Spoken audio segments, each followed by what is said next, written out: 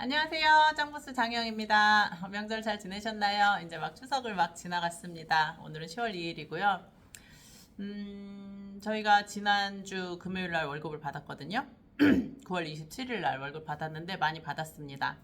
그 전에 우리가 종신으로 열심히 막 판매했잖아요. 그래서 많이 받았는데 오늘은 선저축 후 소비에 대해서 한번 말씀드려 볼까 해요. 물론 뭐 많은 유튜버들과 많은 부자분들께서 당연히 가장 강조하는 것들이 먼저 저축하고 나중에 소비하라 이런 내용인데 저는 제 수준에서 또 제가 경험한 또 메라키에서 우리 대표님한테 배운 것들로 그리고 제가 배우고 경험한 것들로 우리 자녀들하고 나눌 때 어떤 효과가 일어났는지 그런 것들 이제 좀 말씀드려 볼게요. 월급을 예를 들어서 제가 27일 날 뭐 1,000만 원을 받았다고 해볼게요. 그러면은 그동안에 이제 저희가 많이 돈에 대해서 훈련을 받고 그렇게 했기 때문에 지출을 많이 늘리지 않아요. 그래서 지출을 최대한 그동안에 이제 줄이는 훈련들을 많이 했어서 월급을 내가 1,000만 원 받던 2,000만 원 받던 지출이 항상 고정돼 있거든요. 그래서 제가 고정 지출이 만약에 500만 원이라고 하면 월급을 1,000만 원 받았을 때 무조건 남은 500만 원은 저축을 하는 거예요. 그리고 500만 원을 저축하고 남은 500만 원으로 이제 생활을 하는 거죠.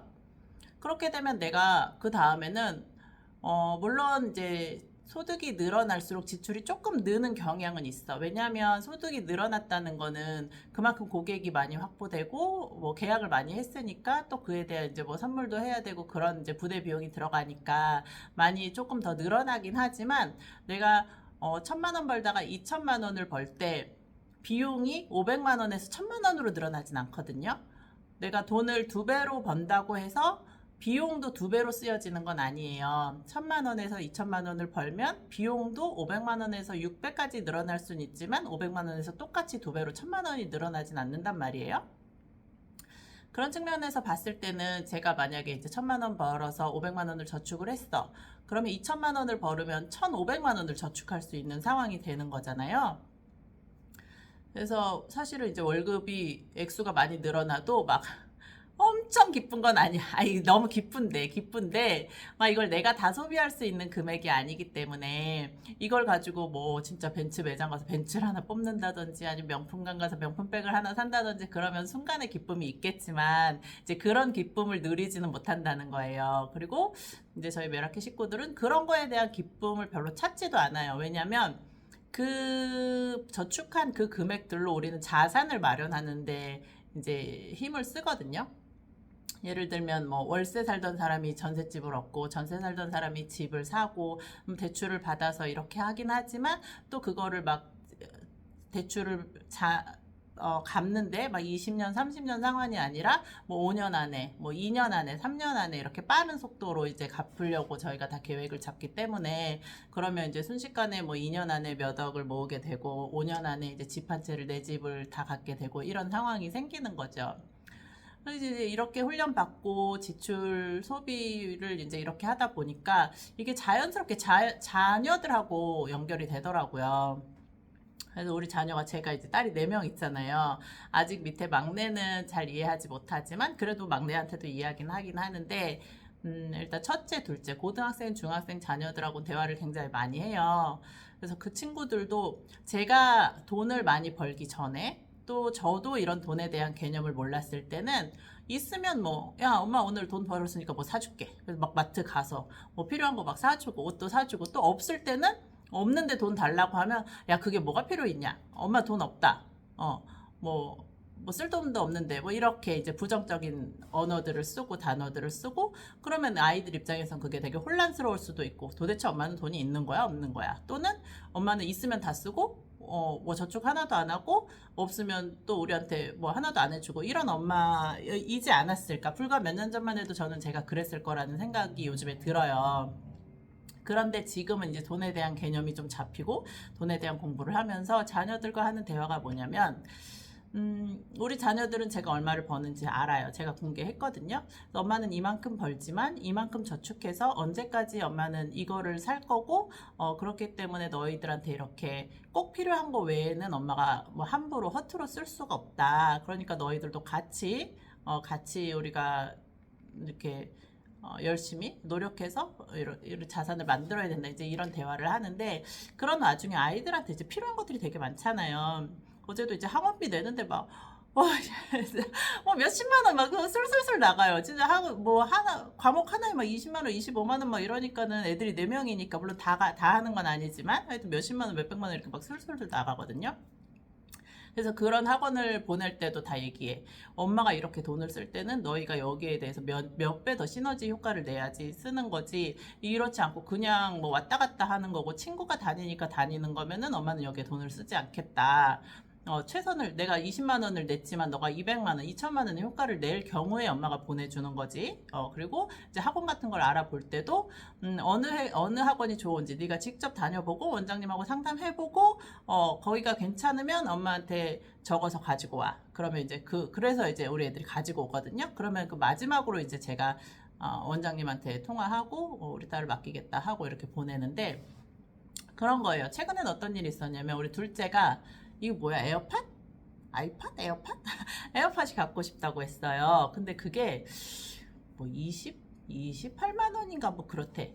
근데 이제 자기가 용돈 받은 거 하고 뭐 제가 한 달에 10만 원씩 용돈을 주는데 자기가 뭐 예를 들면 뭐 수중에 한 18만 원인가 17만 원인가 있었다고 해요. 그리고 제가 이번 달에 줄 용돈을 10만 원을 주면 그 돈 가지고 그 에어팟을 사겠다는 거예요.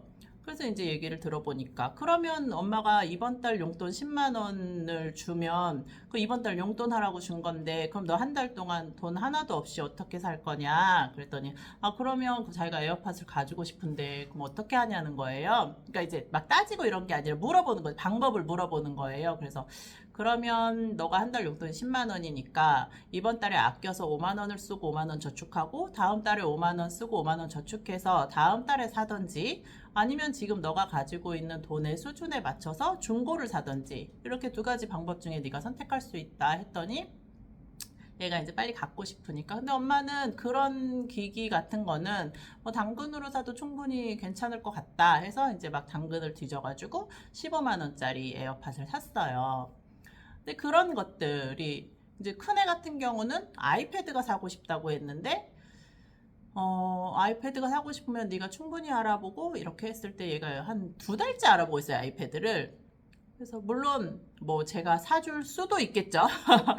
그런데 아이가 그것들을 이제 비교해보고 알아보고 본인이 이제 알바도 하거든요. 알바해서 모은 돈이랑 합쳐서 그러면 내가 지금 뭐 30만 원이 있으니까 알바 한 달 더 하면 다음 달에 살 수 있겠구나. 이런 좀 계획을 좀 세우고 본인 수준에 맞춰서 어떤 아이팟 뭐야 아이북? 이게 뭔지 모르겠네. 아이패드? 아이패드도 뭐 종류가 되게 많잖아요. 제가 백화점 가서 한번 봤어요. 그랬더니 뭐 한 60만 원부터 막 100만 원 넘어가는 것까지 종류가 되게 다양하더라고요. 이제 본인이 뭐 공부하면서 쓸만한 거는 그냥 요 정도면 되겠다. 뭐 이렇게 100만 원 넘어가는 것까지 필요 없고 이제 그런 것들을 혼자 연구하고 이제 알아보면서 본인의 수준에 맞는 걸 찾고 또 본인의 경제 수준에 맞는 금액에 이렇게 알아서 이제 찾는 그런 모습들을 보면서 되게 기특하고 제가 돈에 대해서 대표님한테 또 메라케에서 훈련을 받음으로 인해서 우리 자녀들도 그렇게 돈을 잘 계획적으로 효율적으로 소비를 하는 거에 대해서 진짜 매일 하루하루가 엄청 감사하더라고요. 제가 알지 못했으면 우리 자녀들도 정말 돈에 대한 개념이 하나도 없었을 텐데 저 먼저 배우고 그것들을 자녀들과 공유하고 우리 자녀들도 그렇게 계획적 있게 먼저 저축하고 나중에 쓰는 그런 습관을 갖고 이제 빚내서 쓰지 않는 아직 들어오지 않는 거에 소득을 미리 먼저 뭐 할부로 또는 외상으로 빌려서 전 제가 빚을 진짜 많이 져봤었거든요. 근데 빚은 진짜 갚기가 쉽지가 않아요. 남한테 이렇게 돈 1,000만 원 빌리잖아요. 1,000만 원 갚는 게 엄청 어려워. 내가 쓸 돈은 있어도 진짜 남 주기 싫은 게 빚이거든요. 그래서 정말 빚은 내가 다시는 이제 그렇게 하고 싶지 않은 건데, 어쨌든 우리 딸들도 그런 모습을 이제 보이지 않도록 남의 돈 무서운 거 알고, 본인의 경제 규모에 맞춰서 소비하는 습관을 이제 배우고 있다는 게 이제 고등학생이고 중학생이니까 이것들을 저랑 계속 공유하면서 엄마한테 배워가면서 또 저는 대표님한테 배워가면서 이렇게 할 때 아이들도 어느 정도 이제 제대로 바르게 자랄 수 있지 않을까. 물론 돈뿐만 아니라 어떤 뭐 인사나 행동, 태도 이런 것들도 다 가르쳐 주고 있지만 이제 가장 우리가 극명하게 드러나는 게 돈이니까 돈에 대해서 오늘은 한번 말씀드려 봤습니다. 그래서 여러분들 제가 요즘 드는 생각은 돈을 그렇게 좋아하고 돈을 많이 벌고 싶어 하고 돈이 많기를 바라면서 돈에 대해서 하나도 공부하지 않는 제가 저를 보면서 그런 생각했어요. 왜 나는 돈을 많이 벌고 싶다고 하고 돈이 많으면 좋은 걸 알지만 돈에 대해서 하나도 공부하지 않았을까? 돈을 벌면 다 쓰고 없으면 없는 대로 살고 왜 그랬을까? 이제 그런 생각이 요즘 들더라고요. 그래서 진짜 인류 최대 관심사가 돈이잖아요. 물론 돈이 모든 걸 행복하게 해줄 수는 없지만 어쨌든 편한 거는 맞는데 그래서 돈을 많이 벌고 싶다면 돈에 대한 성질, 돈의 특성, 돈을 벌 수 있는 방법 이런 것들을 좀 공부하시고 내가 모을 수 있는 방법 좀 공부하시고 좀 깊이 사실 알아보려면 책, 뭐 유튜브 너무 많아. 이런 것들 좀 공부하셔서 돈이 나를 좋아하게끔 내 수중에 들어온 돈은 내가 좀 아껴주고 나가지 않게끔 이렇게 하는 것들을 하나하나 실행하다 보면 어느덧 나의 자산이 늘어나지 않을까 그런 생각이 들었습니다. 그래서 잘 배우고 바르게 배워서 자녀들과도 같이 나누는 그런 우리 보험 설계사들 되었으면 좋겠습니다. 감사합니다. 짱보스였습니다.